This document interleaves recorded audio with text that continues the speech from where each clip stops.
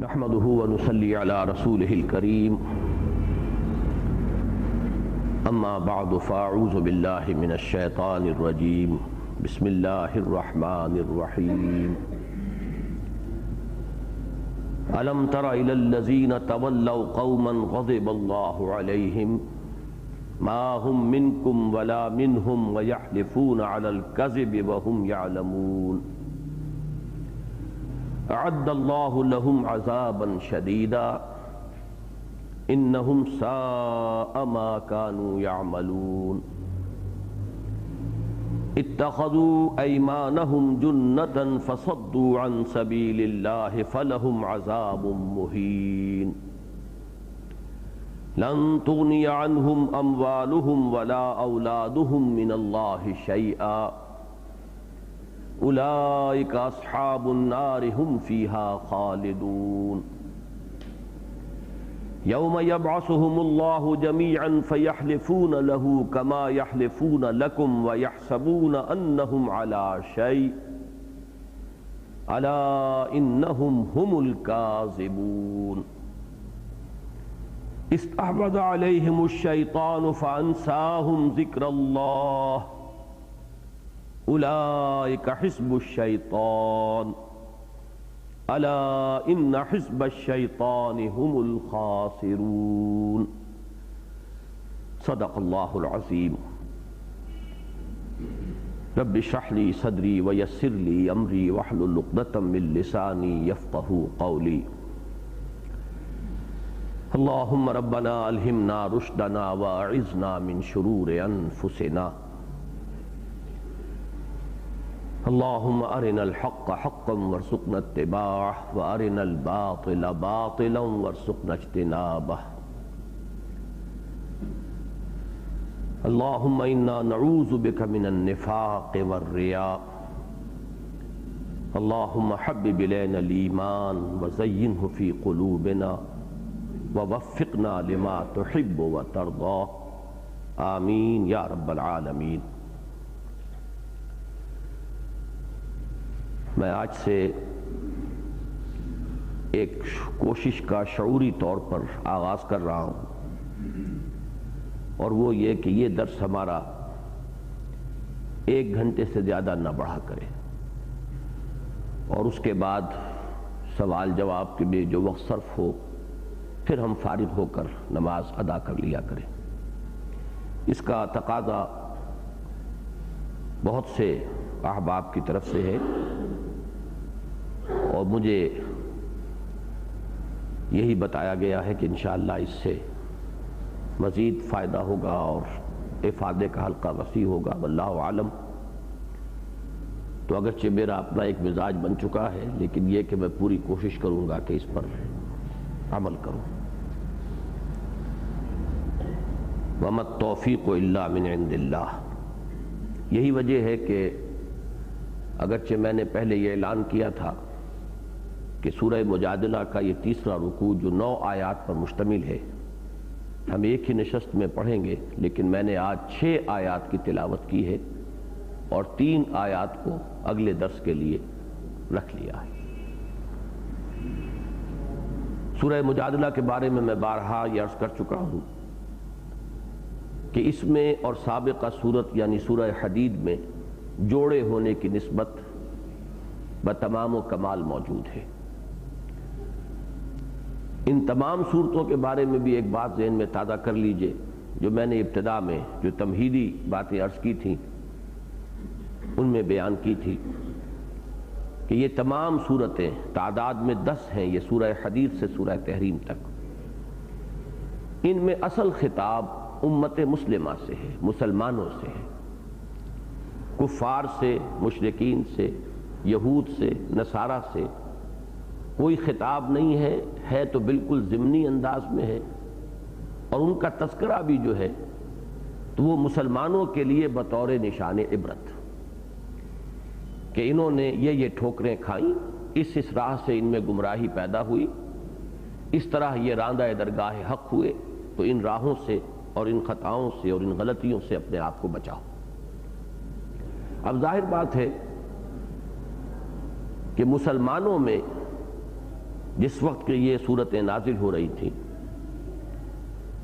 اہل ایمان بھی تھے، صادق الایمان لوگ، اور منافقین بھی تھے، اور ان کے بین بین بھی کچھ لوگ، اس لیے کہ ایمان کے بھی بہت سے درجات ہیں اور نفاق کے بھی متعدد درجات ہیں۔ تو اس طرح سے نفاق اور سچا اور پختہ اور حقیقی ایمان اس معاشرے میں اس وقت گڈبڈ ہو گیا تھا۔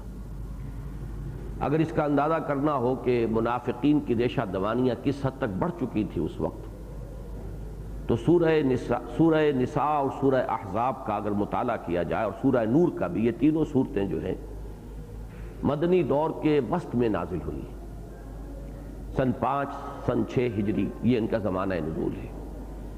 ان صورتوں میں اندازہ ہو جاتا ہے کہ منافقین کی ریشہ دوانیاں اور سازشیں کس حد تک بڑھ چکی تھی۔ وہی معاملہ ہمیں ان صورتوں میں نظر آتا ہے۔ سورہ حدید میں بھی منافقین کے بارے میں بڑی جامع آیات ہم پڑھ چکے ہیں۔ پھر اس سلسلہ سور میں ایک مکمل صورت آئے گی، سورہ منافقون۔ اس سورہ مبارکہ میں بھی اور سورہ حشر میں بھی منافقین کا بہت تذکرہ موجود ہے۔ یہ بات اس سے پہلے بھی سامنے آ چکی ہے کہ اصل تقاضا دین کا ہے ایمان اور انفاق، یا ایمان اور جہاد۔ جہاد اور انفاق مترادف الفاظ ہیں، یا یوں کہہ لیا جائے جہاد بالمال والنفس، جہاد مال اور نفس کے ذریعے، جان اور مال سے، یا کہہ لیا جائے جان اور مال کا کھپانا اور لگانا اور خرچ کرنا۔ انفاق مال و بذل نفس اور جہاد بالمال و جہاد بالنفس کوئی فرق نہیں۔ اس کا ہدف کیا ہے، کس لیے یہ انفاق اور جہاد اور قتال مطلوب ہے، وہ سورہ حدید کی آیت نمبر 25 میں آ گیا۔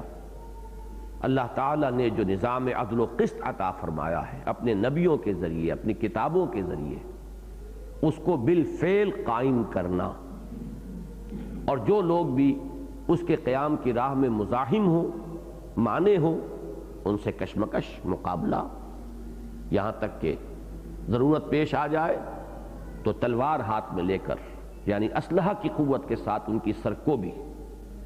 یہ ہے وہ ہدف جس کی طرف کے ایمان انسان کو بلاتا ہے۔ اب اس میں ظاہر بات ہے کہ جو لوگ تو کشتیاں جلا کر آئے، ہرچہ باد آباد کے انداز میں آئے، انہیں تو کوئی دقت نہیں، ان کے لیے تو ہر قدم اگلے قدم کو اور آسان بنا دیتا ہے۔ ایک قربانی 10 قربانیوں کا راستہ کھولتی ہے، ایک ایثار بہت سے اور ایثاروں کے لیے ان کو آمادہ کر دیتا ہے۔ لیکن جو اس طور سے فیصلہ کن انداز میں نہ آئے ہوں، ان کے لیے ظاہر بات ہے کہ اب قدم قدم پر رکاوٹیں آتی ہیں، مشکل پیش آتی ہے، یا یہ کہ یوں کہیے کہ گاڑی نوک کرتی ہے، آگے بڑھنے سے ہچکچاتی ہے۔ اس کا اصل سبب کیا ہے؟ مال اور اولاد سے محبت اور اپنی جان سے پیار۔ یہ ظاہر بات ہے یہی چیزیں رکاوٹ بنیں گی۔ جس کو ہو جان و دل عزیز اس کی گلی میں جائے کیوں؟ ظاہر بات ہے کہ اس راستے میں تو مزاحم یہی چیزیں ہیں داخلی طور پر۔ یہی شے ہے اصل میں مرض نفاق کا نقطہ آغاز۔ یہی وجہ ہے کہ سورہ تغابن جو اسی سلسلے سور میں شامل ہے، اس میں فرمایا انما اموالکم و اولادکم فتنہ، تمہارے مال اور تمہاری اولادیں یہی تمہارے لیے فتنہ ہے۔ اور سورہ منافقون میں فرمایا یا ایھا الذین آمنوا لا تلھکم اموالکم ولا اولادکم عن ذکر اللہ ومن یفعل ذلک فاولئک هم الخاسرون۔ اہل ایمان تمہیں تمہاری اموال اور تمہاری اولاد تمہیں اللہ کی یاد سے غافل نہ کرنے پائیں، اور جو یہ کرے گا غافل ہو جائے گا ان میں مشغول ہو کر، تو وہی ہیں خسارہ پانے والے۔ اسی چیز کو تعبیر کیا سورہ حدید میں وَلَٰكِنَّكُمْ فَتَنْتُمْ أَنفُسَكُمْ، تم نے اپنے آپ کو اپنے ہاتھوں ان فتنوں میں ڈالا۔ مال اور اولاد کی جتنی مناسب محبت ہونی چاہیے اس سے زائد محبت میں اگر انسان گرفتار ہو جاتا ہے تو گویا کہ اس نے اپنے آپ کو خود فتنے کے اندر مبتلا کر دیا۔ اب یہاں سے نفاق کے مرض کا جو ارتقاء ہوتا ہے، آج یہ میں پہلی مرتبہ اس انداز میں بیان کر رہا ہوں، توجہ سے سنیے اس کے ایک تو ارتقائی مراحل ہیں داخلی انسان کے اندر، اور ایک اس کے ارتقائی مراحل ہیں کہ جو اس کے رویے میں ظاہر ہوتے ہیں۔ داخلی مراحل جو ہیں ارتقائی مراحل اس مرض نفاق کے، وہ سورہ حدید میں بیان ہوئے ہیں اس آیہ مبارکہ میں، جس کو میں نے عرض کیا تھا کہ وہ قرآن حکیم کی عظیم ترین آیات میں سے وَلَٰكِنَّكُمْ فَتَنْتُمْ أَنفُسَكُمْ وَتَرَبَّصْتُمْ وَارْتَبْتُمْ وَغَرَّتْكُمُ الْأَمَانِيُّ حَتَّىٰ جَاءَ أَمْرُ اللَّهِ وَغَرَّكُمْ بِاللَّهِ الْغَرُورُ۔ یہ 5 مراحل ہیں، مدارج ہیں۔ پہلے خود اپنے آپ کو اپنے ہاتھوں فتنوں میں ڈالا، مال اور اولاد کی محبت میں گرفتار ہو کر، اس کا نتیجہ تربص، گو مگو کی حالت، بڑھیں نہ بڑھیں، چلیں نہ چلیں، سوچیں، دیکھیں، تیل دیکھو، تیل کی دھار دیکھو، دیکھو ذرا اونٹ کس کروٹ بیٹھتا ہے۔ اس طرح دائیں بائیں سے بالکل بے پرواہ ہو کر، اپنے نفع اور نقصان سے بالکل ہی بے پرواہ ہو کر مجنونوں اور دیوانوں کی طرح آگے نہیں بڑھ جانا چاہیے۔ اس کا نتیجہ نمبر 3 ریب، تشکک، پتہ نہیں، مانا تو ہے ہم نے کہ مرنے کے بعد زندگی ہے اور اللہ کے ہاں یہی اجر و ثواب ہے، لیکن کیا پتہ کس نے دیکھا۔ وَارْتَبْتُمْ، اس کے بعد تھپک تھپک کر لوری دے کر سلایا آرزوؤں نے، امانی نے، تِلْکَ أَمَانِيُّهُمْ وَغَرَّتْكُمُ الْأَمَانِي۔ ہم آخر رسول کے نام لیوا تو ہیں، بہرحال جس درجے میں بھی ہیں اللہ کے دین کو ماننے والے تو ہیں، اور اس سے بھی اگلی بات یہ وَغَرَّكُمْ بِاللَّهِ الْغَرُورُ، اس شیطان نے، لعین نے، دھوکے باز نے تمہیں خوب دھوکہ دیا اللہ پر، یعنی اللہ کی شان ستاری و غفاری کے حوالے سے۔ وہ بڑا کرم، بڑا کریم ہے، وہ تو نکتہ نواز ہے، بڑا غفور ہے، بڑا رحیم ہے۔ یہ ہے در حقیقت وہ لوریاں دے کر تھپک تھپک کر سلانے کی کیفیت۔ یہ سب کچھ اندر ہوتا ہے انسان کے، یہ سب اس کے داخلی احساسات ہیں۔ یہ آخری چیز جو شیطان کے اس طرز عمل پر جو ابھی میں نے بیان کیا، مجھے علامہ اقبال کا وہ شعر یاد آیا کہ خواب سے بیدار ہوتا ہے ذرا محکوم، اگر پھر سلا دیتی ہے اس کو حکمراں کی ساحری۔ اگر کبھی ایمانی جذبے نے کوئی خلش پیدا کر دی دل میں، یہ میں کیا کر رہا ہوں، نام لیوا ہوں اللہ کا، رسول کا، آخرت کا، طرز عمل میرا یہ ہے، تو اس خلش کو ختم کرنے میں اور اسے پھر سلا دینے میں بہت ہی مؤثر ہے شیطان کا یہ حربہ۔ یا ایھا الانسان ما غرک بربک الکریم، اللہ کی شان کریمی اور شان رحیمی اور شان غفاری اور شان ستاری کا حوالہ دے کر لوگوں کو بے عمل کر دینا، اور اپنی بے عملی کے اوپر اگر کوئی خلش تھی تو اس خلش کو بھی مٹا دینا۔ یہ ہیں وہ مراحل جو سورہ حدید کی آیت میں آئے۔ اسی نفاق کا خارجی ظہور کس طور سے ہوتا ہے، اب اس کے بھی مراحل ہیں، جن میں سے بعض میں نے پہلے بیان کیے ہیں کئی مرتبہ، اور وہ سورہ منافقون میں آئیں گے اصل میں تفصیل کے ساتھ زیر بحث۔ لیکن آج جو ہے ان 3 مراحل پر کہ جن پر میں نے پہلے جن کو میں نے بیان کیا ہے کئی مرتبہ، ایک چوتھے مرحلے کا اضافہ کیجیے۔ پہلا مرحلہ ہوتا ہے جھوٹے بہانے بنانے کا۔ کہیں تقاضا آیا، مطالبہ آیا، نکلو اللہ کی راہ میں، لاؤ اللہ کے دین کے لیے، اللہ کے دین کو ضرورت ہے، اب جو بھی کچھ دے سکتا ہے وہ پیش کرے، اور یہ کہ وقت آ گیا ہے، میدان میں نکلو جان ہتھیلی پر رکھ کر۔ تو پہلا ظہور اب کیا ہوگا اس تردد کا اور تربص کا اور گو مگو میں ہونے کا کہ جھوٹا بہانا، عذر، یہ مجبوری ہے، میرا یہ معاملہ ہے، مجھے یہ کام پڑ گیا ہے۔ جھوٹا بہانا ظاہر بات ہے کہ اس کے بغیر تو جان نہیں چھٹتی۔ اس سے اگلا مرحلہ آتا ہے جھوٹی قسمیں، حلف، اتخذوا ایمانہم جنۃ فصدوا عن سبیل اللہ، انہوں نے اپنی قسموں کو اپنی ڈھال بنا لیا ہے۔ یہ دوسرا مرحلہ کب آتا ہے؟ جب بار بار کے بہانوں کے بعد انسان خود یہ محسوس کرنے لگتا ہے کہ میرا اعتبار اب اٹھ رہا ہے، اب میری بات پر لوگ اعتبار نہیں کرتے، بلکہ جب میں کوئی عذر پیش کرتا ہوں تو کچھ لوگ زیر لب مسکرانے لگتے ہیں، تو اب اس کا اگلا قدم ہوتا ہے جھوٹی قسمیں۔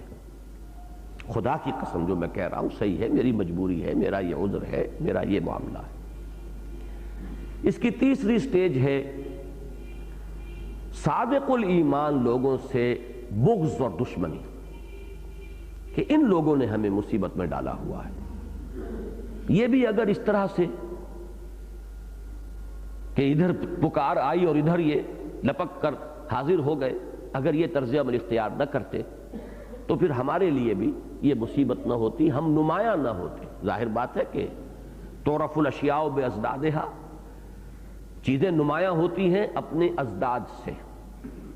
تو اب اگر ایک تو لوگ وہ ہیں کہ جو فیض کے اس شعر کے مطابق ان کا طرز عمل ہے کہ واپس نہیں پھیرا کوئی فرمان جنوں کا، تنہا نہیں لوٹی کبھی آواز جرس کی. جیسے ہی پکار آئی اس ندا کے ساتھ ہی، اس کے ریباؤنڈ کے ساتھ، اس کے جو بھی آواز کی باز گشت ہے اس کے ساتھ ہی انسان حاضر ہو جائے. اور کچھ لوگ بیٹھے رہ گئے تو ظاہر بات ہے جو بیٹھے رہ گئے نمایاں ہوئے انہی کی وجہ سے. لہذا پاگل ہے، دماغ خراب ہے، سفہا ہے. انؤمن کما آمن السفہا، کیا ہم ان بے وقوفی کی طرح ایمان لائیں؟ یہ فینیٹکس ہیں، دیوانے ہیں. اب اس میں ایک بغض اور عداوت کا عنصر پیدا ہوا. اس بغض اور عداوت کا ایک بہت بڑا ہدف بن جاتا ہے پھر وہ قائد اور داعی کہ اس نے اس مصیبت میں ہمیں مبتلا کیا. چنانچہ خود نبی اکرم صلی اللہ علیہ وسلم سے منافقین کو خصوصی عداوت ہو گئی تھی. چوتھا سٹیپ اس کا ہے جو دین کے مخالفین، کھلم کھلا معاندین، جو اللہ اور اس کے رسول کے خلاف محاذ آرا ہیں، ان سے دوستیوں کی پینگیں بڑھانا اور ان کے ساتھ تعلقات قائم کرنا تاکہ کسی برے وقت کے لیے وہ جسے کہتے ہیں کہ اپنے تمام انڈے جو ہیں وہ ایک ٹوکری میں نہ رکھے جائیں. انسان جو ہے کسی ایسے وقت کے لیے کچھ نہ کچھ دوسری طرف بھی اپنے لیے جگہ بنائے رکھے. تو یہ محاذ آرائی، ان کے پیٹھ ٹھونکنا، ان سے دوستی کے جذبات کا اظہار کرنا، یہ گویا کہ وہ آخری سرحد ہے. اس سورہ مبارکہ میں اب سب سے زیادہ اسی چیز پر زور دیا جا رہا ہے. یہ ربط و تعلق ہے سورہ حدید کا اور اس سورہ مبارکہ کے اس حصے کے مضمون کا جو ہم پڑھ رہے ہیں اور پورے اس گروپ کی صورتوں کے ساتھ آج کے ہمارے درس کے معنوی ربط کا.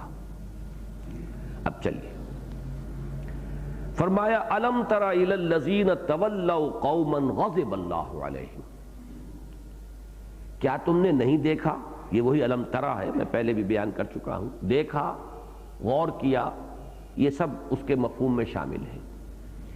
ایک رویت ظاہری ہے ہمارا ان آنکھوں سے دیکھنا، ایک رویت باطنی ہے اپنی عقل سے، اپنے فہم سے کسی چیز کو دیکھنا، گویا کہ رائے قائم کرنا. یہ رائے بھی اصلاً اسی مادے سے بنا ہوا لفظ ہے، میری رائے ہے. یہ بھی انسان اپنے اندر کسی حقیقت کو دیکھتا ہے، کوئی بات جو ہے اسے پہچانتا ہے، بصیرت باطنی سے وہ رائے بنتی ہے. تو علم ترا، کیا تم نے نہیں دیکھا، تم نے غور نہیں کیا، الی الذین تولوا قوما غضب اللہ علیہم، ان لوگوں کی جانب جنہوں نے دوستی کی اس قوم سے جس پر اللہ کا غضب ہوا ہے. یہ مغضوب علیہم کون ہے؟ یہ تو سورہ فاتحہ کے درس سے ہی بات واضح ہوتی چلی آ رہی ہے. قرآن مجید میں یہ لفظ اس انداز میں خاص طور پر یہود کے لیے آتا ہے، غیر المغضوب علیہم ولا الضالین. ضالین کی سب سے بڑی مثال، اس پر تقریباً اجماع ہے مفسرین کا کہ وہ نصارہ ہیں، متبعین نصارہ. اور مغضوب علیہم کی سب سے نمایاں مثال یہود ہیں. یہ مغضوب علیہم اس لیے ہیں کہ انہوں نے دنیا پرستی اور مال و دولت دنیاوی کے اندر مبتلا ہو کر جان بوجھ کر حق کے راستے سے انحراف کیا، تحریفیں کی، انحراف کیا. وہ ضال کہلائیں گے اس لیے متبعین نصارہ کہ انہوں نے نیک نیتی سے محبت کے غلو میں آ کر تو ایک غلط عقیدہ ایجاد کیا. محبت اور عقیدت کا غلو تھا کہ حضرت مسیح علیہ السلام کو خدا کا بیٹا قرار دیا اور تثلیث ایجاد کر لی. اسی طریقے سے اصلاح نفس اور اصلاح ذات کا غلو تھا جس نے رہبانیت کی شکل اختیار کر لی، اس میں بدنیتی کو دخل نہیں تھا. سورہ حدید میں بھی آپ کو معلوم ہے کہ ان دونوں کی طرف اشارہ موجود ہے. وہ لوگ کہ جن کے دل سخت ہو گئے، ولا يكونوا كالذين اوتوا الكتاب من قبل فطال عليهم الامد فقست قلوبهم، یہ یہود کا ذکر تھا سورہ حدید میں، اور متبعین نصارہ کا ذکر تو باقاعدہ نام لے کر کیا گیا، ورہبانیۃ ابتدعوها ما كتبناها عليهم الا ابتغاء رضوان اللہ۔ تو یہاں اب ذکر ہو رہا ہے ان یہود کا، غضب اللہ علیہم، کہ وہ لوگ کہ جو ظاہر و باہر ہے یہ حقیقت کہ وہ مغضوب علیہم ہے، اللہ کا غضب ان پر آیا ہے، ان کی شیطنت بالکل مبرہن ہے، ان کے اندر جو گمراہیاں جس انتہا کو پہنچی ہوئی ہیں وہ بالکل سامنے کی بات ہے۔ اب ان سے دوستیاں کرنا، ان سے محبت کی پینگیں بڑھانا، یہ در حقیقت اس مرض نفاق کی جو ہے یوں سمجھیے کہ وہ آخری اور چوتھی منزل ہے، جس کا کہ اس غیظ و غضب کے انداز میں اللہ تعالیٰ ذکر فرما رہے ہیں۔ الم تر الی الذین تولوا قوما غضب اللہ علیہم ما ہم منکم ولا منہم، بڑا پیارا ٹکڑا ہے اس آیت کا۔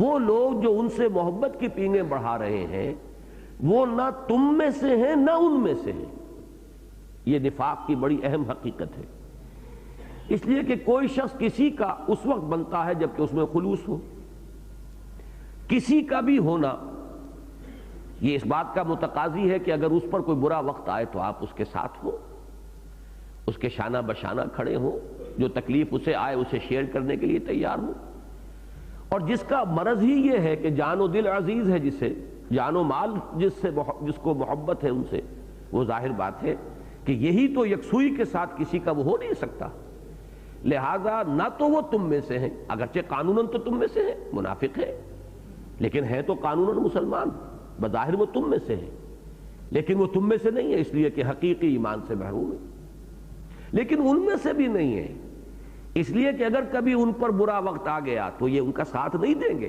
انہیں تو اپنی جانیں اپنے مال یہ عزیز ہے۔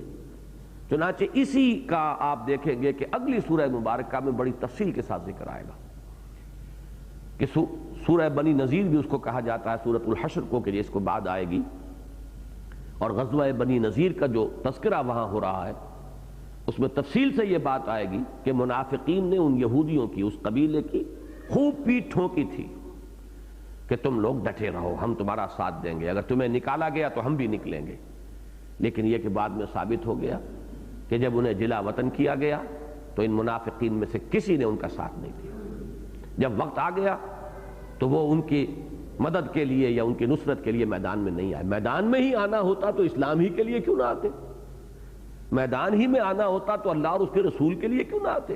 مرض تو ان کا یہی ہے کہ میدان میں آنا نہیں، جان بچانی ہے، جس راستے پر بھی چلنا ہے تحفظ ذات کو پہلے پیش نظر رکھنا ہے، جیسے کہ سورہ حج میں فرمایا وَمِنَ النَّاسِ مَن يَعْبُدُ اللَّهَ عَلَى حَرْفٍ فَإِنْ أَصَابَهُ خَيْرٌ اطْمَأَنَّ بِهِ وَإِنْ أَصَابَتْهُ فِتْنَةٌ انقلب عَلَى وَجْهِهِ خَسِرَ الدُّنْيَا وَالْآخِرَةَ۔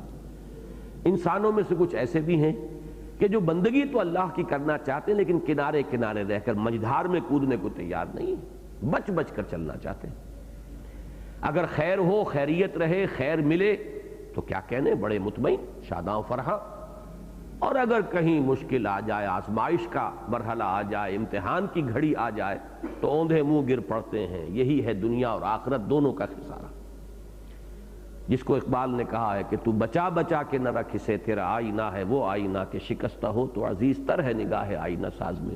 بس جو لوگ اس راہ سے بچتے ہیں وہی تو ہے در حقیقت کے جو منافق ہیں۔ تو اب ظاہر بات ہے کہ اگر انہوں نے اللہ اور اس کے رسول کے لیے وہ طرز عمل اختیار نہیں کیا تو ان کے لیے وہ کہاں کر لیں گے؟ تو فرمایا ما ہم منکم ولا منہم ویحلفون علی الکذب۔ اب یہ آ گئی وہ جو میں نے عرض کیا تھا کہ ان کے اس مرض نفاق کے ارتقائی مراحل میں مرحلہ نمبر 2 جھوٹی قسم، وَيَحْلِفُونَ عَلَى الْكَذِبِ وَهُمْ يَعْلَمُونَ، اور وہ جھوٹ پر قسمیں کھاتے ہیں جانتے بوجھتے۔ ایک تو یہ کہ ایک شخص مغالطے میں ہو، کہیں قسم کھا بیٹھ رہا ہے لیکن غلط فہمی میں ہے، لیکن یہاں فرمایا وَهُمْ يَعْلَمُونَ، خوب جانتے بوجھتے وہ جھوٹی قسمیں کھاتے ہیں اور جھوٹ پر حلف اٹھاتے ہیں۔ اعد اللہ لہم عذابا شدیدا۔ اب آپ یہ دیکھیں گے سورہ منافقون میں، جیسا کہ میں نے عرض کیا وہ جو مرض نفاق کے ارتقائی مراحل ہیں داخلی، وہ سورہ حدید میں بیان ہوئے، جو ہے خارجی اور ظاہری وہ سورہ منافقون میں بیان ہوئے. وہاں پہلی ہی بات جھوٹ ہے. پہلی آیت میں اذا جاءک المنافقون قالوا نشهد انک لرسول اللہ واللہ یعلم انک لرسولہ واللہ یشہد ان المنافقین لکاذبون. یہ کذب ہے ان کا سب سے پہلا ان کا نقطۂ آغاز. دوسری آیت میں دوسرا مرحلہ، یہ ٹی بی کی دوسری سٹیج، اتخذوا ایمانہم جنۃ فصدوا عن سبیل اللہ. انہوں نے اپنی قسموں کو ڈھال بنا لیا ہے اور اللہ کی راہ سے رک جاتے ہیں. اس کے بعد تیسری آیت میں بلکہ چوتھی آیت میں آئے گا ہم العدو فاحذرہم قاتلہم اللہ انا یؤفکون. یہی دشمن ہیں، یہ مارے آستین. اب ان میں بغض اور دشمنی کے جذبات پیدا ہو چکے ہیں، اے نبی آپ کے لیے بھی اور یہ جو مومنین صادقین ہیں ان کے لیے بھی. تو وہ تین مراحل تو وہاں آئے ہیں. یہاں جو آخری مرحلہ ہے اس سے اصل میں بات شروع ہوئی. الم تر الی الذین تولوا قوما غضب اللہ علیہم ما هم منکم ولا منهم ویحلفون علی الکذب وهم یعلمون اعد اللہ لهم عذابا شدیدا. اللہ نے تیار کیا ہے، اور یہ اعداد جو ہے پورے اہتمام کے ساتھ کسی چیز کو تیار کرنا، اللہ نے پوری طرح تیار رکھا ہوا ہے ان کے لیے بہت سخت عذاب. یہ سخت عذاب جو ہے سورہ نساء میں ان الفاظ میں آیا ہے کہ ان المنافقین فی الدرک الاسفل من النار. یہ منافقین آگ کے سب سے نچلے طبقے میں ہوں گے. اللہ کا غضب واقعہ یہ ہے کہ جس شدت کے ساتھ بھڑکتا ہے منافقین پر، اتنی شدت کا معاملہ قرآن مجید میں کفار کا نظر نہیں آتا. وہ جو کچھ تھے کھلم کھلا تھے، وار کرتے تھے تو سامنے سے کرتے تھے. ان بدبختوں کا معاملہ یہ تھا کہ یہ مارے آستین تھے، کہتے کچھ تھے کرتے کچھ تھے، قسمیں کھاتے تھے، دھوکہ دیتے تھے. اب سب سے پہلی بات تو یہ ہے کہ کسی بھی کام کو لے کر چلنے والا شخص اپنی قوت کے اندازے میں غلطی کر جاتا ہے جب وہ دیکھتا ہے کہ اتنے لوگ میرے ساتھ ہیں، جبکہ ان میں ایک تعداد جو ہے ان لوگوں کی شامل ہے کہ جو حقیقتاً ساتھ نہیں. سب سے بڑا دھوکہ تو یہ لگتا ہے. حضور جب نکلے ہیں غزوہ احد کے لیے مدینہ منورہ سے تو 1000 کی نفری ساتھ تھی. ذرا ہی باہر گئے ہیں تو 300 افراد واپس آ گئے. اب آپ اندازہ کیجئے عین وقت پر کتنا بڑا سیٹ بیک تھا یہ، اور کس طرح اس کی وجہ سے مومنین صادقین میں سے بھی 2 گروہ ایسے تھے کہ جن کے قدم اکھڑ گئے تھے. سورہ آل عمران میں ان کا ذکر ہے. تو یہ چیز جو ہے یہ انتہائی خوفناک اور خطرناک ہے نتائج کے اعتبار سے. کھلم کھلا جو کافر ہیں ان کے مقابلے میں یہ زیادہ مضر ہیں، نقصان دہ. اسی لیے ان پر اللہ کا غضب بہت شدت کے ساتھ بھڑکتا ہے. اعد اللہ لہم عذابا شدیدا انہم ساء ما کانوا یعملون. یقیناً بہت ہی برا ہے جو کچھ کہ وہ کر رہے ہیں یا کرتے رہے ہیں. ان کا یہ طرز عمل ان کے حق میں کوئی مفید نہیں ہے، خود ان کے لیے بھی بہت نقصان دہ ہے، اور اس دعوت اور اس تحریک کے لیے بھی. یہ نور حق کہ جس کا ابلاغ اور جس کا غلبہ محمد الرسول اللہ صلی اللہ علیہ وسلم کی سعی و جہد کا مقصود ہے، اور دین حق جس کا غلبہ اور جس کا اظہار اہل ایمان کی اس جد و جہد کا ہدف ہے، اس کے لیے انتہائی مضر ہے یہ طرز عمل. اتخذوا ایمانہم جنۃ، وہی جو سورہ منافقون میں الفاظ آئے ہیں آیت نمبر 2 میں وہ یہاں بھی آ گئے. اتخذوا ایمانہم جنۃ فصدوا عن سبیل اللہ. انہوں نے اپنی قسموں کو ڈھال بنا لیا. جنہ، یہ جیم نون نون، یہ مادہ جو ہے آتا ہے کسی ایسی چیز کے لیے جو نظر نہ آئے، چھپی ہوئی ہو. جنت یہ لفظ اسی سے بنا ہے، باغ، اس لیے کہ جہاں سبزہ ہے، روئیدگی ہے، درخت ہیں، پودے ہیں، تو زمین چھپ جاتی ہے، زمین نگاہوں کے سامنے نہیں رہتی، اس لیے اسے جنت کہتے ہیں. جنین وہ بچہ ہے جو ابھی رحم مادر میں ہے، نظر نہیں آ رہا، معلوم تو ہے کہ ہے بچہ، لیکن جنین اسی لیے اس کو کہتے ہیں کہ وہ نظر نہیں آتا. جن بھی وہ مخلوق جو ہے اللہ کی، اس کو جن اسی لیے کہا جاتا ہے کہ وہ نگاہوں سے اوجھل ہے. تو یہ جس چیز میں کہ آدمی اپنے آپ کو جس کے پیچھے کرتا ہے بچاؤ کے لیے، جس سے اپنے آپ کو ڈھانپتا ہے، کسی وار سے بچنے کے لیے جس کی اوٹ میں آتا ہے، وہ ہے جنہ. اتخذوا ایمانہم جنتن، انہوں نے، اسی لیے یہی لفظ آیا ہے، حضور نے فرمایا الصوم جنتن، روزہ ڈھال ہے، نفس کے حملوں کو روکنے کے لیے یہ ایک ڈھال کا کام دینے والی شے ہے کہ انسان میں یہ استعداد اور قوت پیدا ہوتی ہے کہ وہ اپنے نفس امارہ، اپنے اینیمل انسٹنکٹس کا جو اس پر دباؤ ہے اس کو روک سکے، اس کا مقابلہ کر سکے۔ تو اتخذوا ایمانہم جنتن، اب سوال یہ جنہ کس چیز سے؟ دو اعتبارات سے۔ ایک طرف تو یہ کہ تقاضا آیا، مطالبہ آیا، اللہ کی راہ میں نکلو، قسم کو ڈھال بنا لیا، خدا کی قسم یہ مجبوری ہے اور خدا کی قسم یہ معاملہ ہے۔ دوسرے اس اعتبار سے کہ جہاں کہیں باس پرس ہوئی، تم نے یہ بات کہی، کبھی غیظ و غضب کے عالم میں ان کی زبان سے ایسے جملے نکل جاتے تھے برملا، جس میں کہ حضور صلی اللہ علیہ وسلم یا اہل ایمان کے خلاف کوئی بات ہے، اب حضور تک اس کی اطلاع پہنچ گئی، اب باس پرس تو ہوگی، جماعتی نظم ہے، کیا تم نے یہ کہا؟ اب وہی قسم جو ہے پھر ان کے لیے ڈھال ہے، خدا کی قسم ہم نے نہیں کہا۔ یہ انہیں کوئی مغالطہ لگا ہوگا خامخواہ، یا ان کی کوئی شرارت ہے جو یہ بات آپ تک پہنچائی ہے۔ اس کا ذکر جو ہے سورہ منافقون میں ایک خاص واقعے کے پس منظر میں بڑی تفصیل سے آیا۔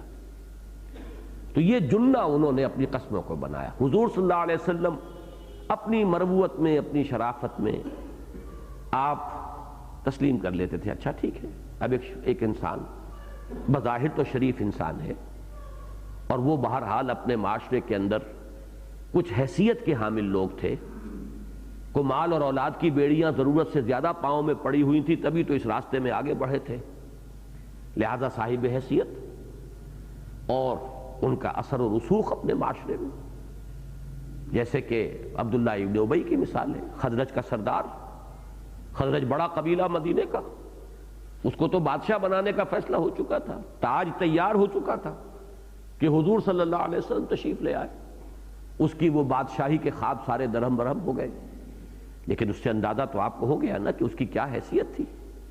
ایک موقع پر حضور صلی اللہ علیہ وسلم کا دل جب زیادہ ہی دکھا اور آپ کی زبان مبارک سے عبداللہ ابن ابی کے لیے الفاظ نکل گیا کہ کیا کوئی شخص ایسا نہیں ہے جو مجھے اس شخص کی ایذا رسانی سے بچا سکے، تو حضرت سعد ابن عبادہ رضی اللہ تعالی عنہ نے عرض کیا تھا کہ حضور اس شخص کے معاملے میں ذرا نرمی کیجئے، یہ شخص جو ہے ہمارے بڑے سرداروں میں سے ہے، ہم تو اس کو بادشاہ بنانے کا فیصلہ کر چکے تھے۔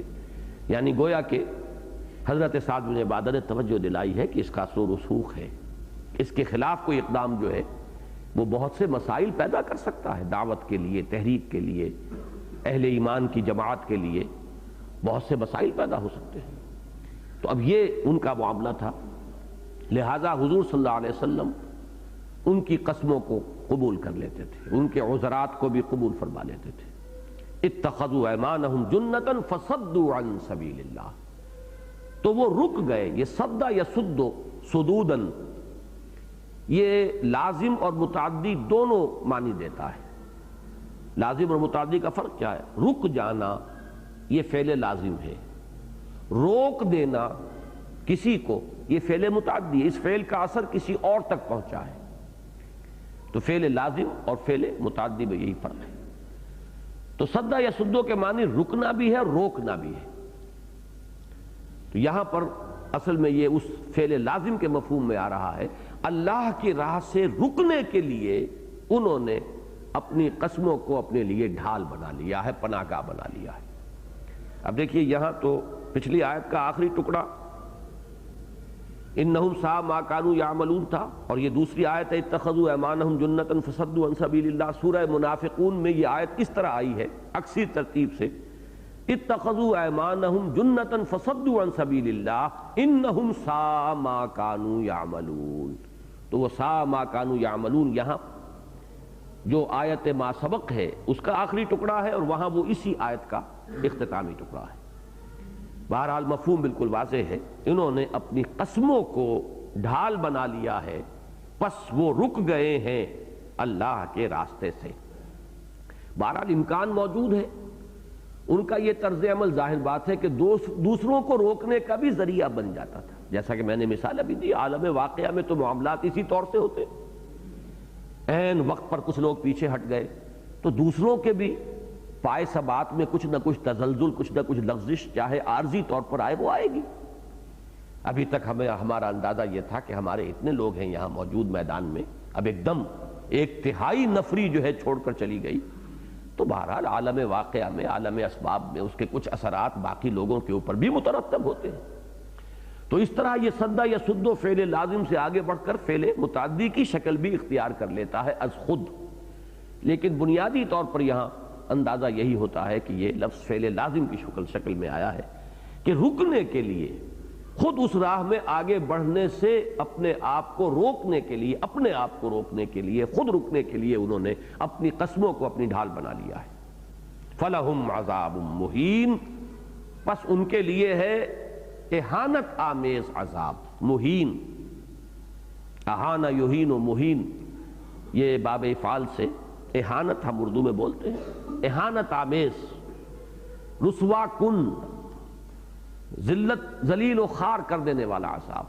اب اس عذاب کے لیے پہلے صفت آئی تھی عذاباً شدیدہ، سخت عذاب، یہاں آئی ہے مہین کا لفظ آیا، وہ عذاب جو ہے وہ اہانت آمیز ہے، ذلیل اور رسوا کر دینے والا عذاب۔ لن تغنی عنہم اموالہم ولا اولادہم من اللہ شیئا، اب یہ آ گئی اصل کانٹے کی بات کہ جن چیزوں کی محبت میں پڑھ کر انہوں نے یہ اپنی عاقبت برباد کی ہے، اور کچھ تھوڑی بہت ایمان کی کوئی رمق انہیں میسر آئی بھی تھی، تو اس سے انہوں نے اپنے آپ کو محروم کیا ہے، وہ چیزیں اللہ کے ہاں ان کے کچھ کام آنے والی نہیں۔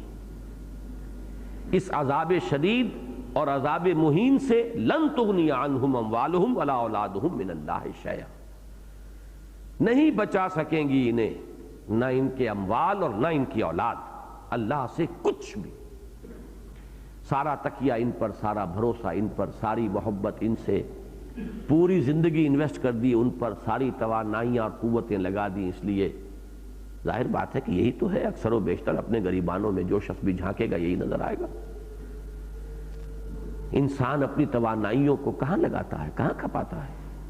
قوت، صلاحیت، ذہانت، فطانت، قوت کار، استعداد جو بھی دی ہے اللہ نے، یا تو یہ کہ اس کو پیسہ بنانے میں صرف کرتا ہے اور پیسہ یا ساز و سامان کی شکل اختیار کرتا ہے، یا پھر یہ کہ اس کی انویسٹمنٹ ہے اولاد پر۔ الا یہ کہ کسی انسان کا کوئی اور نسب العین ہو، کوئی آدرش ہو، کوئی ہائر آئیڈیل ہو، کوئی اعلیٰ نسب العین ہو، تو اس میں پھر یہ ہوتا ہے کہ وہ ساری توانائیاں، قوتیں اصلاً کھپتی ہیں اس نسب العین کے لیے، اور اس کا صرف ایک ناگزیر حصہ جو منیمم انیویٹیبل ہے، ناگزیر حصہ کم سے کم، وہ صرف ہوتا ہے ان چیزوں کے اوپر، اپنی ذات پر، اپنی اولاد پر، اپنی جسم اور جان کے تعلق کو برقرار رکھنے کے لیے، یا اپنے اولاد کے جو بھی ذمہ داریاں اللہ نے اس پر ڈال دی ہیں ان کو ادا کرنے کے لیے۔ یہ حصہ بہت کم ہوگا، زیادہ حصہ صرف ہوگا اس مقصد کے خاطر۔ اب مقصد اعلیٰ بھی ہو سکتا ہے، ادنا بھی ہو سکتا ہے، بلند بھی ہو سکتا ہے، پست بھی ہو سکتا ہے۔ یہ پورا فلسفہ اور یہ پوری حکمت جو ہے سورہ حج کی جو آخری آیات ہیں، 6 آیات سورہ حج کا آخری رکوع اس کے درس میں بیان ہوتا ہے، ہمارے منتخب نصاب میں شامل ہے کہ انسان تو حقیقت میں صرف وہی ہے، کوالیفائی کرتا ہے وہ کہ اسے انسان کہا جائے جس کا کوئی نہ کوئی نسب العین، کوئی نہ کوئی آدرش۔ اگر کوئی شخص بغیر کسی نسب العین کی زندگی بسر کر رہا ہے تو وہ انسان کی صورت میں حیوان ہے، اولئک کالانعام بل ھم اضل، اس لیے کہ حیوان بھی زندہ ہے لیکن حیوان کی زندگی کا اپنا کوئی مقصد نہیں ہے، اسے آپ استعمال کر لیں جہاں چاہیں، گھوڑے پر سواری کر لیں، بیل کو ہل میں جوت لیں، لیکن وہ تو جی رہا ہے صرف انسٹنکٹس کی بنیاد پر، اس سے زیادہ کچھ نہیں۔ وہ اس کے حیوانی اینیمل انسٹنکٹس ہیں، وہ اس کی جبلی تقاضے ہیں جو اسے جینے پر مجبور کرتے ہیں۔ میں یوں کہا کرتا ہوں کہ زندگی انہیں گزارتی ہے، وہ زندگی بسر نہیں کرتے۔ تو جو انسان اس سطح پر زندگی بسر کر رہے ہوں وہ بھی حیوان ہیں، اولئک کالانعام بل ھم اضل۔ اضل اس لیے زیادہ گمراہ، اس لیے زیادہ گئے گزرے، اس لیے کہ حیوان کو تو پیدا ہی اس سطح پر کیا گیا تھا، انہیں تو بنایا تھا اللہ نے اشرف المخلوقات۔ لقد خلقنا الانسان فی احسن تقویم ثم رددناہ اسفل سافلین۔ اب یہ اگر یہاں گر گیا ہے تو یہ حیوان سے بھی در حقیقت پستر ہے۔ البتہ یہ کہ اب نسب العین یہ بھی ایک نسب العین ہے، دنیا میں قوت کا حصول، اقتدار کا حصول، دولت کا حصول، یہ بھی نسب العین ہے، لیکن یہ انتہائی پست نسب العین ہے۔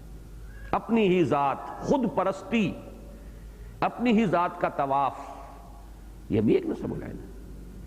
اس سے بلند تر نسب العین ہے قوم کا، قوم پرستی، وطن پرستی۔ یقیناً اس سطح پر ایک بہتر انسان وجود میں آئے گا، ایک خود پرست ہے انسان اور ایک وطن پرست ہے، یقیناً کردار کا، سیرت کا، اس کے معاملات کا، اس کا رنگ بالکل مختلف ہوگا۔ اس سے اوپر ایک نسب العین ہے انسان دوستی کہہ لیں، ہیومنزم۔ اس سے اعلیٰ تر اور بلند ترین نسب العین ہے خدا پرستی، اللہ کی محبت، اللہ کی رضا جوئی، اللہ کو ہی اپنا مطلوب و مقصود بنانا۔ لا مقصود الا اللہ، لا مطلوب الا اللہ، لا محبوب الا اللہ۔ اس کو اقبال نے کہا ہے کہ یزداں بکمنداور ہے ہمت مردانہ۔ ہمت مردانہ اگر ہے تو یزداں سے کم تر کہیں تمہاری نگاہ نہ ٹک جائے۔ منزل ماں کبریاست، میری منزل ذات باری تعالی ہے، مجھے وہاں جانا ہے، اس سے کم تر پر میں سیٹل کرنے کے لیے تیار نہیں ہوں اپنا معاملہ۔ بڑا پیارا شعر ہے رومی کا، علامہ اقبال نے یہ تصور جو ہے منزل ماں کبریاست اور یزداں بکمن داور ہمت مردانہ رومی سے لیا ہے۔ بزیر کنگرے کبریاش مردانند، اللہ کی کبریائی کے کنگرے تلے ایسے مرد بھی ہیں، فرشتہ سید و پیمبر شکار و یزداں گیر، یزداں گیر، یزداں بکمن داور، کہ جن کا معاملہ یہ ہے کہ ان کے نسب العین میں ذات باری تعالیٰ سے کم تر کوئی شے جو ہے وہ بار نہیں پا سکتی۔ بہرحال جو لوگ اس لیول پر زندگی بسر کر رہے ہیں، جیسا کہ یہاں میں نے عرض کیا، وہ مال اور اولاد یہی تو ان کا آدرش ہے، یہی نسب العین ہے، یہی ان کا مقصود و مطلوب ہے، یہی زندگی کی بھاگ دوڑ ہے، مطلوب اور مقصود مال اور اولاد۔ تو فرمایا یہ جس کے لیے یہ سارا انہوں نے اپنی عاقبت کی تباہی کا سودا کیا، راہ حق کھوٹی کی، ان سب کا معاملہ یہ ہے کہ لن تغنی عنہم اموالہم ولا اولادہم من اللہ شیئا۔ میں حوالہ دے چکا ہوں آغاز میں کہ اسی سلسلہ سور میں آگے چل کر سورہ منافقون میں فرمایا یا ایھا الذین آمنوا لا تلھکم اموالکم ولا اولادکم عن ذکر اللہ۔ سورہ تغابن اس سے اگلی سورت ہے، اس میں فرمایا انما اموالکم واولادکم فتنہ واللہ عندہ اجر عظیم۔ ان پر اپنے آپ کو اگر کھپا رہے ہو، لگا رہے ہو اور صحیح ترین لفظ انویسٹ کر رہے ہو تو جان لو کہ ان سے کوئی اجر اور بدلہ تمہیں مل نہیں سکے گا۔ اجر اور بدلہ تو اللہ ہی کے پاس ہے، اس کے لیے جو کچھ لگاؤ گے اور کھپاؤ گے اور صرف کرو گے وہ ہے کہ جو امر ہو جائے گا، جو محفوظ ہو جائے گا۔ جیسے کہ بڑی پیاری حدیث ہے، چھوٹے سے جملے میں حضور نے اس حقیقت کو واضح کیا کہ حضور کے گھر میں حضرت عائشہ کے ہاں ایک بکری ذبح ہوئی، اس بکری کا سارا گوشت جو ہے تقسیم ہو گیا، دے دیا گیا اللہ کی راہ میں۔ حضرت عائشہ نے ایک دستی رکھ لی، حضور کو دستی کا گوشت پسند تھا، حضور تشریف لائے، ایسے ہی پوچھا آپ نے ما بقی منہا، اس بکری میں سے کیا بچا؟ حضرت عائشہ نے جو بھی اب ظاہری سوال تھا اس کا اسی کی مناسبت سے جواب دیا ما بقی منہا الا کتفھا، کچھ نہیں بچا اس بکری میں سے، بس وہ ایک دستی، ایک شانہ جو ہے وہ بچا ہے۔ آپ نے فرمایا بقیہ کلھا الا کتفھا، وہ کل بکری بچ گئی ہے سوائے اس شانے کے، اس دستی کے جو ہم کنزیوم کر لیں گے۔ یہ ہے کنزمپشن، یہ تو خرچ ہو گیا، ہم نے کھا لیا، ہم پی لیں گے، ہم اس کو صرف کر دیں گے، اور جو اللہ کی راہ میں دے دیا گیا اصل بچت وہ ہے۔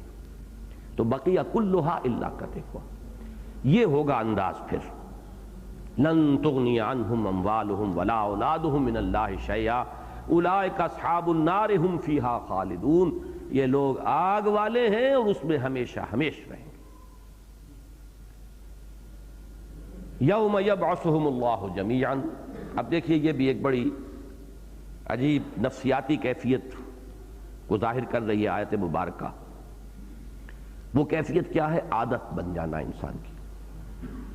بسا اوقات کسی کام کو آدمی پہلے تو کرتا ہے کچھ شعور کے ساتھ، کچھ ارادے کے ساتھ، پھر وہ اس کی عادت بن جاتی، طبیعت ثانیہ بن جاتی ہے۔ اس کی ایک مثال میں بڑی پیاری دیا کرتا ہوں، اس وقت بھی وہ آ جائے تو بہتر ہے، کہ یہ جو دعا ہے جو حضور صلی اللہ علیہ وسلم سے منقول اور ماثور ہے کہ صبح کو جیسے ہی آنکھ کھلے الحمدللہ الذی احیانی بعد ما اماتنی والیہ النشور، اس اللہ کے لیے ہے کل شکر اور کل حمد اور کل سپاس جس نے مجھے دوبارہ زندہ کیا اس کے بعد کہ مجھ پر موت وارد کر دی تھی، اور اسی کی طرف اب ہمیں جانا ہے، اسی کی طرف اب رجوع ہے۔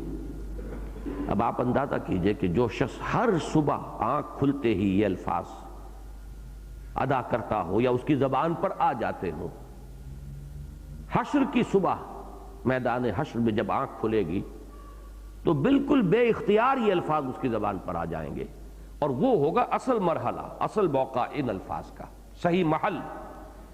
گویا کہ روزانہ تو ہم اس کا ریہرسل کر رہے ہیں، جس کو بھی اللہ توفیق دیتا ہے جس کا ریہرسل ہے۔ اصل تو اس موقع کی مناسبت کے الفاظ ہیں، الحمدللہ الذی احیانی بعد ما اماتنی والیہ النشور، اس اللہ کے لیے حمد اور ثنا ہے جس نے مجھے زندہ کیا اس کے بعد کہ مجھے مار دیا تھا، مجھ پر موت طاری کر دی تھی، اور اب اسی کی طرف حشر و نشر ہے، اب جانا ہے، اس کے حضور میں حاضری ہے، اس کے جناب میں پیشی ہے۔ یہی معاملہ ان کا منافقین کا آ رہا ہے، چونکہ جھوٹ بولنا اور جھوٹی قسمیں کھانا ان کی عادت بن گئی تھی، لہذا وہ حشر کے میدان میں بھی یہی کریں گے۔ یوم یبعثہم اللہ جمیعا فَيَحْلِفُونَ لَهُ كَمَا يَحْلِفُونَ لَكُمْ، جس دن کہ اللہ انہیں جمع کر کے اکٹھا کر کے اٹھائے گا اور پیشی ہوگی اس کی، اس کے سامنے ان کی، تو اس روز یہ اللہ کے سامنے بھی حلف جھوٹے اسی طریقے کے اٹھائیں گے اور جھوٹ بولیں گے اور قسمیں کھائیں گے جیسے کہ وہ تمہارے لیے جھوٹے حلف اٹھاتے ہیں اور جھوٹی قسمیں کھاتے ہیں۔ حالانکہ آپ سوچئے کہ اس وقت تو قرآن مجید سے معلوم ہوتا ہے کہ جان بوجھ کر تو جھوٹ بولنے کا وہاں یارہ ہی نہیں ہوگا، کون ہوگا کہ جھوٹ بول سکے گا اللہ کی عدالت میں؟ جیسے کہ آخری پارے کی پہلی صورت میں فرمایا کہ کوئی انسان زبان کھول نہ سکے گا، اور جو بھی کھولے گا اللہ کے اذن سے کھولے گا، وَقَالَ صَوَابًا، اور بات صحیح کہے گا، غلط بات کہہ ہی نہیں سکے گا، وہاں کے کس کو جھوٹ بولنے کا یارہ ہوگا۔ لیکن یہ کہ ایک دفعہ محسوس ہوتا ہے کہ وہ اس عادت اور اس طبیعت ثانیہ کی بنیاد پر، اس کے بعد تو 14 طبق روشن ہو جائیں گے، لیکن یہ کہ فوری طور پر، غیر ارادی طور پر، طبیعت ثانیہ کے تقاضے کے طور پر ان کا طرز عمل یہ ہوگا، یوم یبعثہم اللہ جمیعا فیحلفون لہ کما یحلفون لکم، جس دن کہ وہ ان سب کو جمع کرے گا اور کھڑا کرے گا، اٹھائے گا، تو وہ قسم کھائیں گے اللہ کے لیے بھی جیسے کہ وہ تمہارے لیے قسمیں کھا رہے ہیں۔ وَيَحْسَبُونَ أَنَّهُمْ عَلَىٰ شَيْءٍ، اور وہ یہ سمجھیں گے کہ وہ بھی کسی بات پر ہیں، کسی شے پر ہیں۔ یہ بہت غور طلب الفاظ ہیں، بہت غور طلب الفاظ ہیں۔ ایک انسان میں کیفیت ہوتی ہے کچھ اعتماد کی کہ ہمارا بھی کوئی مقام ہے، ہمارے پاس بھی اپنے طرز عمل کے لیے کوئی دلیل ہے، ہمارے پاس بھی کوئی نہ کوئی جسٹیفیکیشن ہے۔ اس دنیا میں ہوتا ہے، یہ برے سے برا آدمی کسی نہ کسی ذریعے سے اپنے آپ کو جسٹیفائی کرتا ہے، ورنہ تو زندہ رہنا دشوار ہو جائے۔ ضمیر کی خلش جو ہے انسان کو جینے نہ دے۔ جسٹیفیکیشن، ریشنلائزیشن، اپنی بڑی سے بڑی غلط حرکت کے لیے بھی کوئی نہ کوئی توجیہ، کوئی دلیل، یہ میں نے یوں کیا، اس لیے کیا، یہ مجبوری تھی، یہ معاملہ تھا۔ اس کو انسان اگر نہ کرے، یہ ریشنلائزیشنز اگر نہ ہو، اور یہ اپنے لیے غلط جسٹیفیکیشنز اگر انسان فراہم نہ کرے، تو غلط کار انسان کا زندہ رہنا ممکن نہ رہے۔ مجھے وہ شعر یاد آ رہا ہے، اگرچہ ہے دوسرے انداز میں، مضمون دوسرا ہے، لیکن یہ کہ انداز یہ ہے کہ بقدر پیمانہ تخیل فریب ہر شے میں ہے خودی کا، اگر نہ ہو یہ فریب پیہم تو دم نکل جائے آدمی کا۔ یہ فریب پیہم جو ہے یہ انسان کو سسٹین کرتا ہے، اور اس کے بغیر بہت مشکل ہوتا ہے زندہ رہنا بھی۔ اسی کو قرآن مجید میں انہی منافقین کے تذکرے میں سورہ بقرہ کے دوسری رکوع میں فرمایا، یخادعون اللہ والذین آمنوا وما یخدعون الا انفسهم وما یشعرون۔ وہ کوشش تو کر رہے ہیں اللہ اور اہل ایمان کو دھوکہ دینے کی، لیکن حقیقت میں وہ صرف اپنے آپ کو دھوکہ دے رہے ہیں، اگرچہ انہیں اس کا شعور نہیں ہے۔ لیکن وہاں بھی لفظ ہے انہیں شعور نہیں ہے۔ اصل میں اب میں کیا عرض کروں، یہ بات ذرا لمبی ہو رہی ہے اور گھڑی کی سوئی بڑی تیزی سے آگے بڑھ رہی ہے، اور میں نے آج اپنے اوپر خود ایک پابندی لگائی ہے۔ یہ معاملہ بہت گہرا ہے۔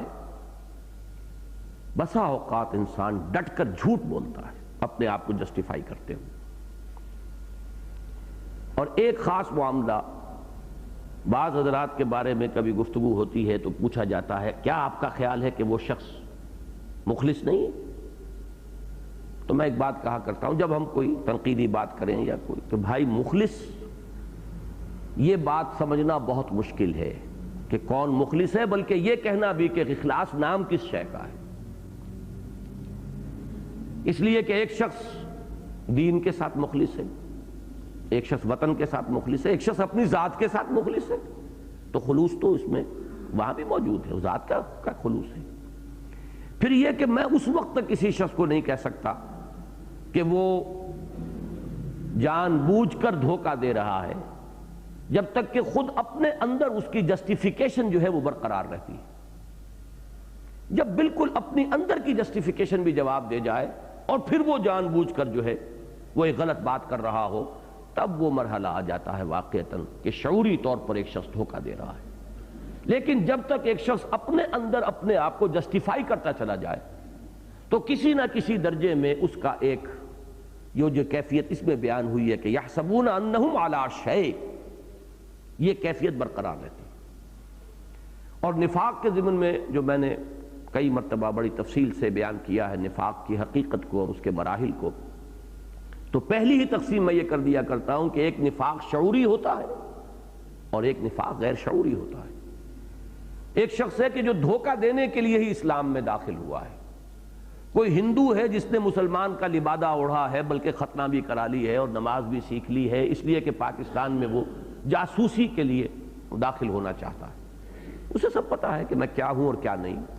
یا وہ یہودی تھے جو حضور صلی اللہ علیہ وسلم کے جسد اطہر کو قبر شریف سے نکال کر لے جانے کے لیے آئے تھے، انہوں نے کیسا کچھ لبادہ اوڑھا تھا، پورے مدینے کی آبادی انہیں بہت بڑے اولیاء اللہ شمار کر رہی تھی، انہیں تو پتا تھا کہ ہم کیا ہیں۔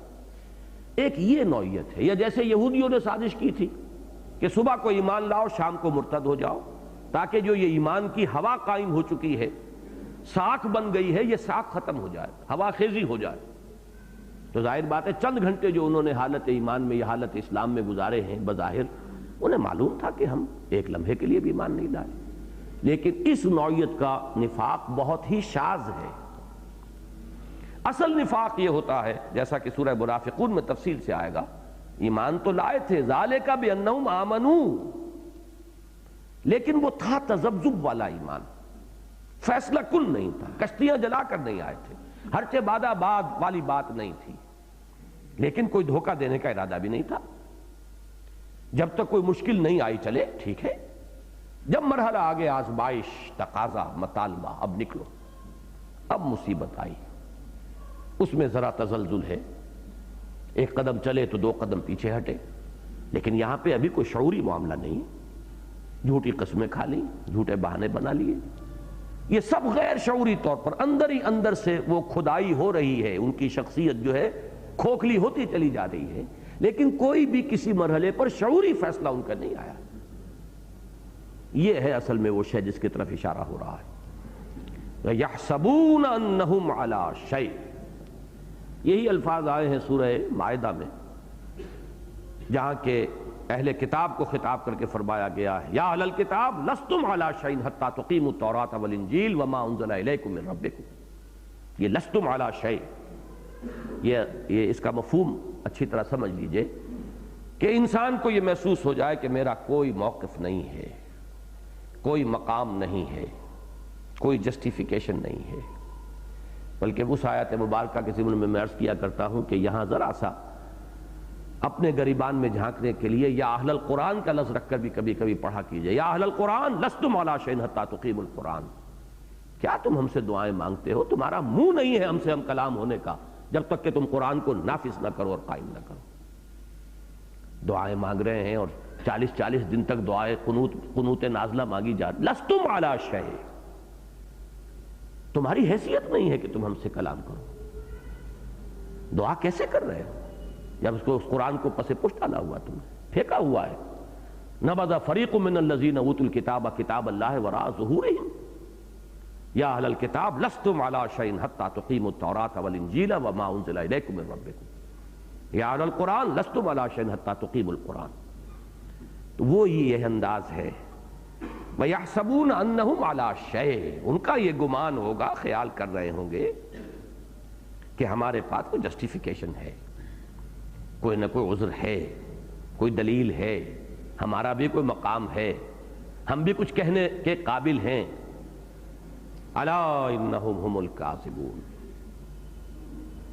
آگاہ ہو جاؤ کہ یقیناً وہی جھوٹے ہیں۔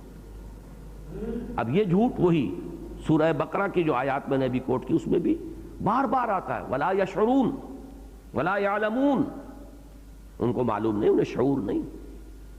یہ سارا کچھ جو ہو رہا ہے وہ غیر شعوری انداز میں ہو رہا ہے۔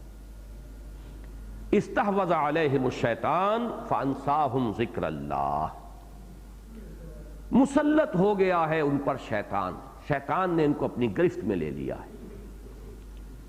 اور ظاہر بات ہے، یہ نوٹ کر لیجئے، قرآن مجید جہاں ایک طرف یہ بھی بتاتا ہے انہو یراکم ہو وقبیلہ من حیث لا ترونہم، اے لوگو شیطان اور اس کا لشکر وہ تم پر وہاں سے حملہ آور ہوتے ہیں جہاں سے تم انہیں نہیں دیکھتے۔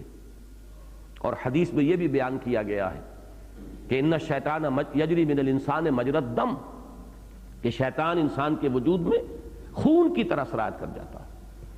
وہیں قرآن اس کو بھی واضح کرتا ہے کہ شیطان کو کوئی سلطان حاصل نہیں ہے۔ ان عبادی لیس لک علیہم سلطان،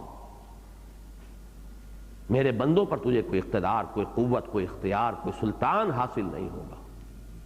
الا من اتبعک من الغاوین، ہاں جو خود تیری پیروی کرے انہیں جدھر چاہے لے جا، جس کھائی میں لے جا کر چاہے گرا دے، جس گڑھے میں جا کے انہیں ڈالنا ہو ڈال دے، لیکن میرے بندوں پر تجھے اختیار حاصل نہیں ہوگا۔ یہی ایک اور مقام پر آیا ہے، غالباً سورہ ابراہیم ہے، کہ قیامت کے دن یہی شیطان کہے گا کہ لوگوں فلا تلومونی ولوموا انفسکم، دعوتکم، میں نے تو تمہیں ایک دعوت دی تھی، ایک راستے پر بلایا تھا، فاستجبتم لی، تم نے خود میری اس پکار پر لبیک کہا، میری دعوت کو قبول کیا۔ فلا تلومونی ولوموا انفسکم، تو اب مجھے ملامت نہ کرو، مجھے برا بھلا نہ کہو، برا بھلا کہنا ہے، ملامت کرنا ہے تو اپنے نفس کو، اپنے آپ کو کرو، کہ تمہارے فری چوائس کا معاملہ تھا۔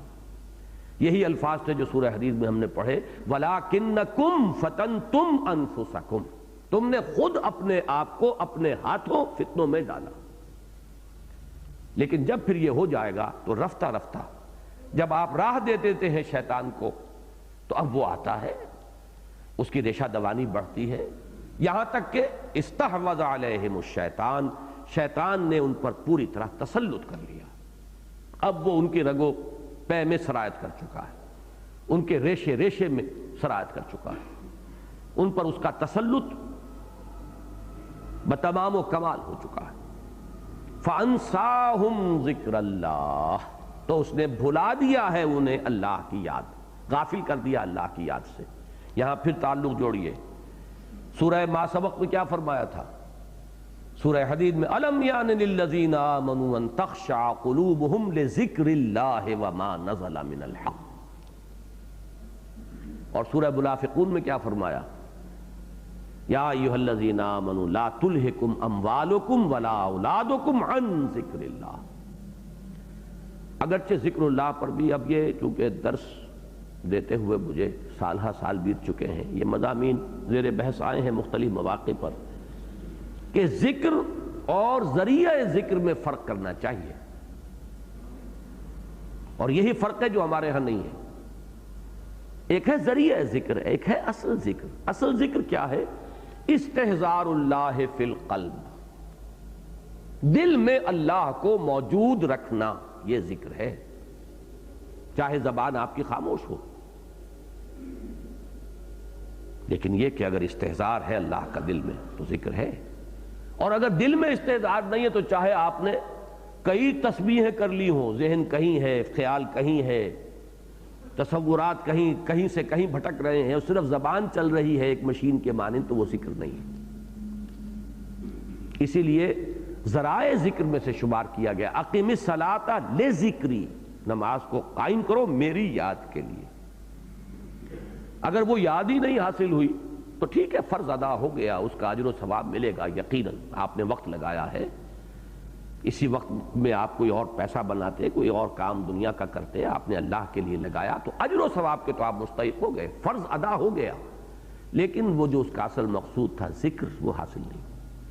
تو ذکر اور ذریعہ ذکر میں فرق کرنے کی ضرورت ہے. استحضار اللہ فی القلب، یہ ذکر ہے. دل میں اللہ ہوگا تو شیطان کو در آنے کا موقع ہی نہیں ملے گا. خانہ خالی جو ہے، خانہ خالی را شیطان میں گرت، اس کو تو ظاہر بات ہے کہ پھر وہ خانہ خالی ملتا ہے. حدیث میں بھی یہی الفاظ آئے ہیں کہ جب دل میں اللہ کی یاد نہیں ہوتی تو شیطان اپنی تھوتنی دل پر ٹکا کر پھونکے مارنے شروع کر دیتا ہے. وہ آپ کے سفلی جذبات اور آپ کے حیوانی تقاضوں کو ابھارتا ہے، مشتعل کرتا ہے. اور جیسے ہی اللہ کو یاد کرتا ہے انسان، وہ بھاگتا ہے. اسی لیے اس کو خناس کہا گیا، من شر الوسواس الخناس الذی یوسوس فی صدور الناس. تو خناس سے فوراً ہٹ جائے گا، پھر تاک میں رہے گا، ذرا یہ خانہ خالی اس کو ملے اور وہ پھر اس کے اندر ڈر آئے. فَأَنْسَاهُمْ ذِكْرَ اللَّهِ أُولَٰئِكَ حِزْبُ الشَّيْطَانِ. یہ لوگ شیطان کی پارٹی ہیں. مسلمانوں میں تو یہ ففتھ کالمسٹ کی حیثیت سے ہیں، حقیقت میں یہ شیطان کے گرگے ہیں، اس کے ایجنٹ ہیں، اس کے کارکن ہیں. یہ حزب کا لفظ یہاں بہت اہم ہے، اس لیے کہ یہ واحد مقام ہے قرآن مجید کا جہاں تقابل کے ساتھ یہ حزب الشیطان اور حزب اللہ، یہ دونوں اصطلاحات جو ہیں آئی ہیں، سائملٹینیس کنٹراسٹ جسے کہتے ہیں اس کے انداز میں. تو آج کا ہمارا درس جو ہے ختم ہو رہا ہے اولئک حزب الشیطان. چاہے کھلم کھلا باہر کے دشمن ہیں، یہود ہیں، کفار ہیں، مشرکین ہیں، چاہے یہ مسلمانوں کے اندر کے مارے آستین ہیں جن کی دوستیاں ان سے ہیں، ساز باز ان سے ہے، محبت کی پینگیں ان سے بڑھاتے ہیں، ان کے پاس جاتے ہیں، مسلمانوں کے راز پہنچاتے ہیں، اپنے لیے کچھ نہ کچھ گڈ ول فراہم کر کے رکھنا چاہتے ہیں. اس لیے کچھ پتہ نہیں کیا صورتحال پیش آ جائے، اس وقت ضرورت ہو کہ کچھ نہ کچھ اپنے تحفظ کا سامان جو ہے ادھر بھی فراہم کر لیا جائے. تو یہ جو ہیں یہ مل جل کر اولئک حزب الشیطان الا ان حزب الشیطان هم الخاسرون، یہ ہے شیطان کی پارٹی. آگاہ ہو جاؤ کہ شیطان کی پارٹی ہی بالآخر حقیقی خسارے سے دوچار ہونے والی. وقتی طور پر ہو سکتا ہے مسلمانوں کو دنیا میں کوئی نقصان پہنچ جائے، تکلیف پہنچ جائے، کوئی غضن پہنچ جائے، کوئی آزمائش آ جائے، جیسے کہ غزوہ احد میں آ گئی. لیکن یہ کہ بالآخر خسارہ کس کے لیے ہے؟ چونکہ سورہ تغابن جو ہے اس سلسلہ سور کی ایک اہم سورت، مسبحات کی وہ آخری کڑی ہے. اس کے میں جو لفظی اس کا جو نام کے طور پر آیا ہے وہ اس آیت کے حوالے سے ذالک یوم التغابن، وہ قیامت کا دن ہے، ہار اور جیت کے فیصلے کا دن. جو اس روز کامیاب ہوا وہ کامیاب ہے، اور جو اس روز ناکام قرار پایا، چاہے دنیا میں وہ قارون کسی دولت کا مالک رہا ہو اور فرعون اور نمرود کسی دنیاوی حکومت جو ہے اس کا وہ حامل رہا ہو، لیکن وہ ہیں خسارے میں ناکام، خاسر، خائب. اور جو ایمان اور عمل صالح اور تواصی بالحق اور تواصی بالصبر کی شاہراہ پر گامزن رہے، اور جو ایمان اور انفاق اور ایمان اور جہاد کے تقاضوں کو پورا کرتے رہے، وہ ہیں کامیاب ہونے والے. اولئک حزب الشیطان الا ان حزب الشیطان هم الخاسرون. اللهم اجعلنا من حزبك ولا تجعلنا من حزب الشیطان. ربنا تقبل منا انك انت السميع العليم وتب علينا انك انت التواب الرحيم. بارک اللہ لی ولکم فی القرآن العظیم ونفعنی وإیاکم بالآیات والذکر الحکیم۔